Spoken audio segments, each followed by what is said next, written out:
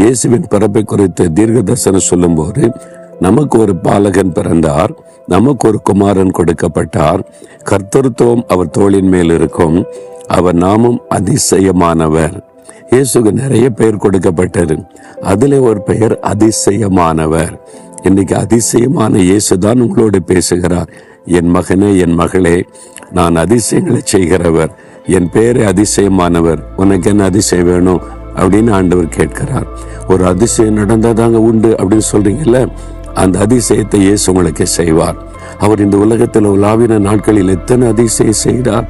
தண்ணீரை திராட்சரசமாய் மாற்றுகிறார், மரித்தோரை உயிரோடு எழுப்புகிறார், குருடர்களுக்கு பார்வை கொடுக்கிறார், சப்பானிகளை நடக்க வைக்கிறார்.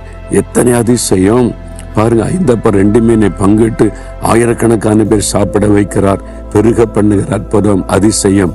அவருடைய ஒவ்வொரு காரியமும் அதிசயம் தான். உங்களுக்கு செய்ய மாட்டாரா? உங்களுக்கு என்ன அதிசயம் வேணும்? எதுல அதிசயம் நடக்கணும் நீங்க சொல்லுங்க. அந்த அதிசயத்தை இன்றைக்கு இயேசு உங்களுக்கு செய்வார். இன்றைக்கு செய்வார், இப்ப செய்வார். உங்க வாழ்க்கையில் சுகம் வேணுமா, விடுதலை வேணுமா, உங்களுடைய கடன் பிரச்சனை மாறணுமா, பிரச்சனை நீங்கணுமா, அதுக்கு தான் இயேசு வந்தார். அதுக்கு தான் சிலுவையிலே மரிக்கத்தனை ஒப்பு கொடுத்தார், உங்களுக்கு அதிசயம் செய்ய.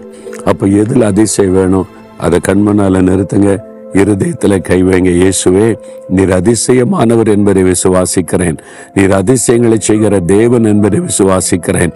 எனக்கு இன்றைக்கு இந்த காரியத்துல ஒரு அதிசயம் வேணும். இயேசுவின் நாமத்தில் இந்த அதிசயத்தை எனக்கு செய்யுங்க. நான் விசுவாசிக்கிறேன், பெற்றுக்கொள்ளுகிறேன். இயேசுவின் நாமத்தில் ஆமேன், ஆமேன்.